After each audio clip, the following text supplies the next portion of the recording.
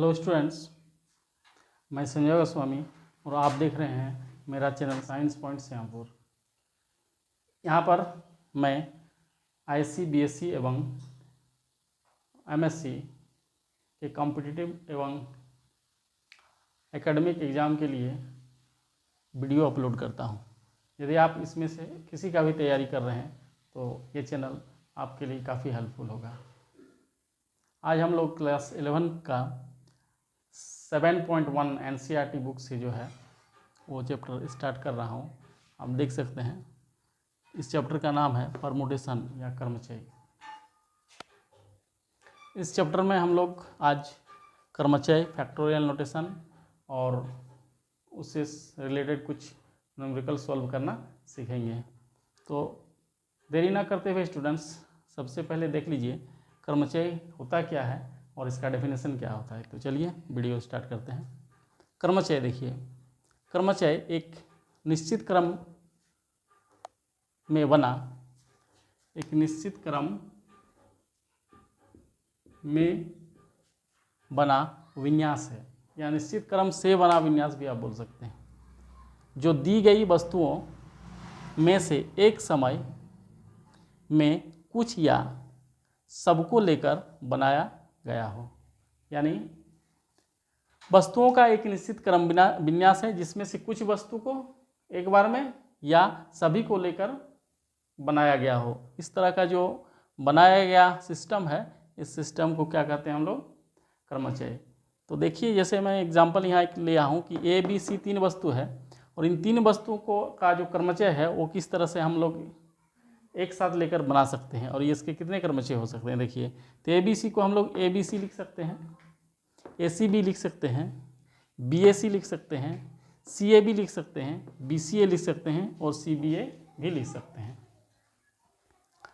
तो इसमें से हम लोग 1 2 3 4 5 6 यानी 6 क्रम विन्यास बना सकते हैं। यानी 3 वस्तुओं को लेकर 6 क्रम विन्यास बनाया जा सकता है। इसी प्रकार और भी 4 वस्तु को लेंगे तो और भी कितने तरीके से बनेंगे। 5 वस्तु को लेकर बना सकते हैं, 5 में से 3 को लेकर बना सकते हैं, 10 में से 7 को लेकर बना सकते हैं, कुछ वस्तु को एक साथ या सभी वस्तुओं को एक साथ लेके बनाया जा सकता है। तो बनाने का जो तरीका है वो तरीका को क्रमचय कहा जाता है या परमुटेशन कहा जाता है। तो इसमें से एक चीज़ महत्वपूर्ण हो जाता है फैक्टोरियल नोटेशन या क्रम गुणित संकेतन। ये क्या होता है? तो क्रम गुणित संकेतन को इस प्रकार से आप कह सकते हैं कि प्रथम n प्राकृत संख्याओं का गुणनफल जो होता है आपका, जैसे 1 2 3 4 5 है ना, डॉट डॉट करके n तक हम लोग जाते हैं। तो इस संख्याओं का जो गुणनफल है इसको क्रम गुणित n कहते हैं, क्रम गुणित n कहते हैं। और इसको किस तरह से दर्शाया जा सकता है?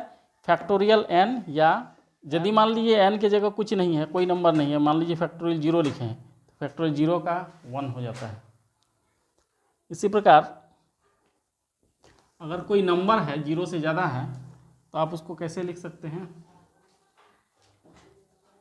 जैसे मान लीजिए हम फैक्टोरियल n लिखते हैं तो इसको इस तरह से आप लिख सकते हैं n -1 n -2 n -3। जहाँ आपको रोकना है n -4 में रोकना है तो n -4 5 4 इस तरह लिखिए फैक्टोरियल। फैक्टोरियल n को n -1 n -2 n -3 n -4 factorial में लिख सकते हैं। यदि मान लीजिए हमें 5 लिखना है, फैक्टोरियल 5, तो हम लिख सकते हैं इसको 5 × फैक्टोरियल 4। यानी इसका अगर पूरा विस्तार करते हैं तो 4 3 2 1 यानी 120 हो सकता है। इसी तरह आप अगर 4 × 5 लिखते हैं तो इसको कैसे हम लोग विस्तार कर सकते हैं? तो 5 गुना 4 गुना 3 गुना 2 गुना 1, या रोक भी सकते हैं। अगर मान लीजिए फैक्टोरियल हमें यहाँ पर 19 दिया हुआ है तो कैसे लिख सकते हैं? 19 18 17 16, हमें 15 पर रुकना है तो 15 पर इस तरह लिख दीजिए फैक्टोरियल 15। तो फैक्टोरियल नोटेशन को हम लोग इस तरह से दर्शाते हैं। किसी संख्या को सिमट कर लिखा जाता है या उसको विस्तार भी किया जा सकता है। विस्तार करेंगे तो पूरा गुना में लिख देंगे, और अगर इसको आपको सिमट कर लिखना है तो फैक्टोरियल में लिख दीजिए। फैक्टोरियल नोटेशन आप लोगों ने जाना। इसके बाद हम लोग परमुटेशन अब देखिए उसी पर हम लोग कुछ सवाल यहाँ लिख रखे हैं, जैसे फैक्टोरियल नोटेशन पढ़े उसी पर सवाल आपका इस तरह से हो सकता है। तो मान निकालें फैक्टोरियल 8, दूसरा नंबर सवाल है फैक्टोरियल 4 माइनस फैक्टोरियल 3, तीसरा है factorial 8 by factorial 6 into factorial 2, और चौथा है factorial 1/6 plus 1/7 is equal to 1/8। तो x का मान ज्ञात करें। तो x का मान ज्ञात करें। तो आप देख सकते हैं इसमें फैक्टोरियल 8 को कैसे लिखा जा सकता है। जैसे फैक्टोरियल n को लिखा गया था 1 गुना 2 गुना 3 गुना 4 गुना n तक, तो उसी प्रकार हम फैक्टोरियल 8 को ऐसे भी लिख सकते हैं उल्टा तरफ से, n गुना यानी 8 से 8 गुना 7 गुना 6 गुना 5 गुना 4 गुना 3 गुना 2 गुना 1, और सीधे गुना कर दीजिएगा 8 7 6 5 4 3 2 1 को गुना कीजिएगा। इस तरह से इसको गुना किया है तो इतना आया, देखिए। फिर दूसरा सवाल आप देख सकते हैं फैक्टोरियल 4 माइनस फैक्टोरियल 3 को कैसे लिखा गया है। फैक्टोरियल 4 माइनस फैक्टोरियल 3, जैसे फैक्टोरियल n को n into factorial n minus 1 लिखा जाता है, तो उसी प्रकार हम यहाँ 4 को फैक्टोरियल 4 इंटू फैक्टोरियल 4 माइनस 1 यानी 3 लिखा है, और फैक्टोरियल 3 को कॉमन ले लिया गया है।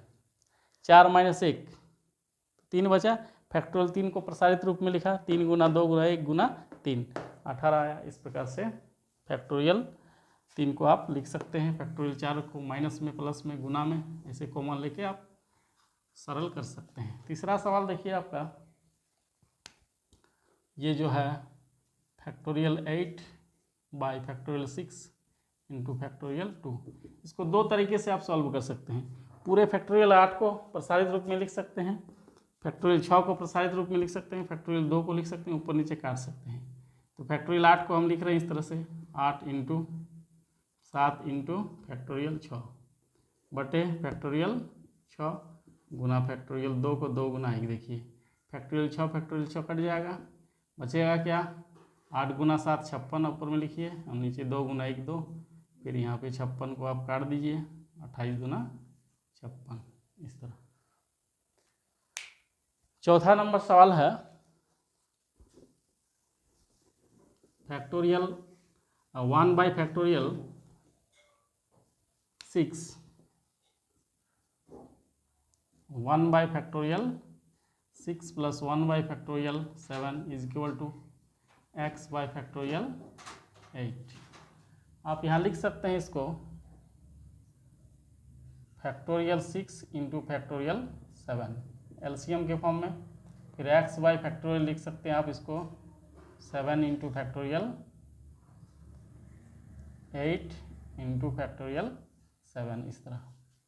अब देखिए यहाँ पे इसको एलसीएम लेके जोड़ दीजिए इस तरह से, तो आपको मिल जाएगा यहाँ फैक्टोरियल 7 इंटू फैक्टोरियल 6 जोड़ फैक्टोरियल 6 बटे फैक्टोरियल 6 गुना फैक्टोरियल 7 बराबर x बटे 8 इंटू फैक्टोरियल 7। फैक्टोरियल 7 काट दीजिए, ऊपर में फैक्टोरियल 6 कॉमन लीजिए, 7 प्लस 1 बटे फैक्टोरियल 6 बराबर x बटे 8। ये फैक्टोरियल 6 एक फैक्टोरियल 6 कैंसिल कीजिए, बचा के आपका 8 बटे 1 x बटे 8 यानी x बटे 8। इसको इस तरह से क्रॉस मल्टीप्लिकेशन कीजिए 1 इंटू एक्स एक्स और 8 इंटू 8 64 इस तरह से। तो इस तरह से आप देख सकते हैं सारे जितने भी सवाल थे इसको इस तरह से सॉल्व किया गया है।